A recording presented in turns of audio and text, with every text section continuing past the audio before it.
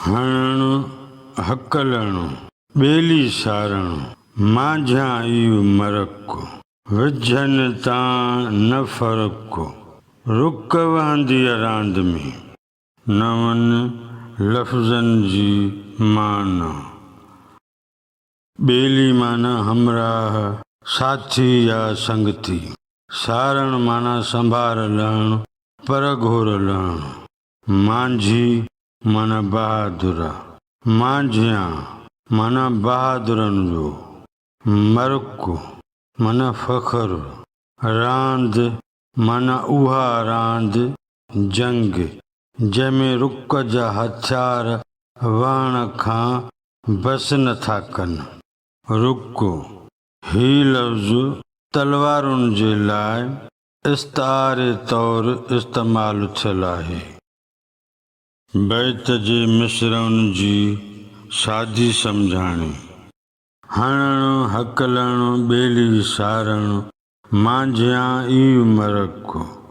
हणण हकलूं ॾियणु ऐं पंहिंजा साथी संगती सारण इहो मुंहिंजे मांझियुनि जो फ़ख़ुरु आहे। विझनि तां न फ़र्क़ु रुक वहंदी रांद में जंहिं जंग में रुगो लोह रुक जूं तरारूं हलनि अहिड़ी जंग में बि फ़र्क़ु नथा रखनि। बैत जो मजमूई मतिलब ऐं मफ़हूम।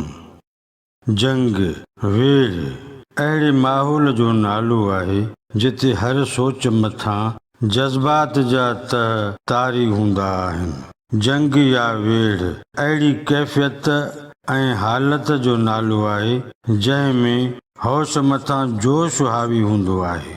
जंग जे जुनून में हथियार जी ॿोली ॻाल्हाई ॿुधाई सम्झाई वेंदी आहे। अहिड़े माहौल में जेकॾहिं को जवान मर्द पंहिंजा साथी सॼण न विसारे इहो असांजे मांझियुनि जो मर्क आहे।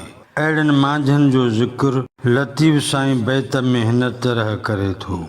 हणण हकलण बेली सारण माझिया ई मरक विझनि तां न फ़र्क़ु रुक वहंदी रांद में। ही जंग जो मंज़रनामो आहे।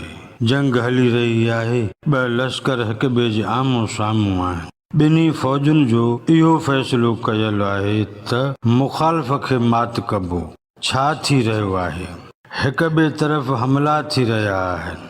ललकार लगातार यलगार ते यलगार थी रही आहे। थोड़ी बि गफ़लत दुश्मन जे वार तलवार जो खाज बख बणाए छॾे।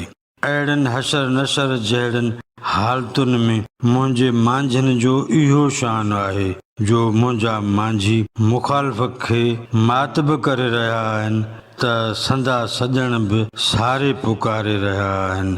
आवाज़ करे ख़ैर सलामती जी ख़बर सुध समा वठी रहिया आहिनि। रुक जी रांदि में रहंदे मेहर मोहबत कुर्बत क़ाइमु था रखनि। उज़ुर पेश नथा कनि। इहो फ़र्क़ु ज़ाहिर थियणु नथा ॾियनि त हू जंग जिहाद जदल में रुधल आहिनि। तंहिं करे तव्हां माफ़ कजो असां तव्हां ॾांहुं तवजो नथा ॾेई सघूं।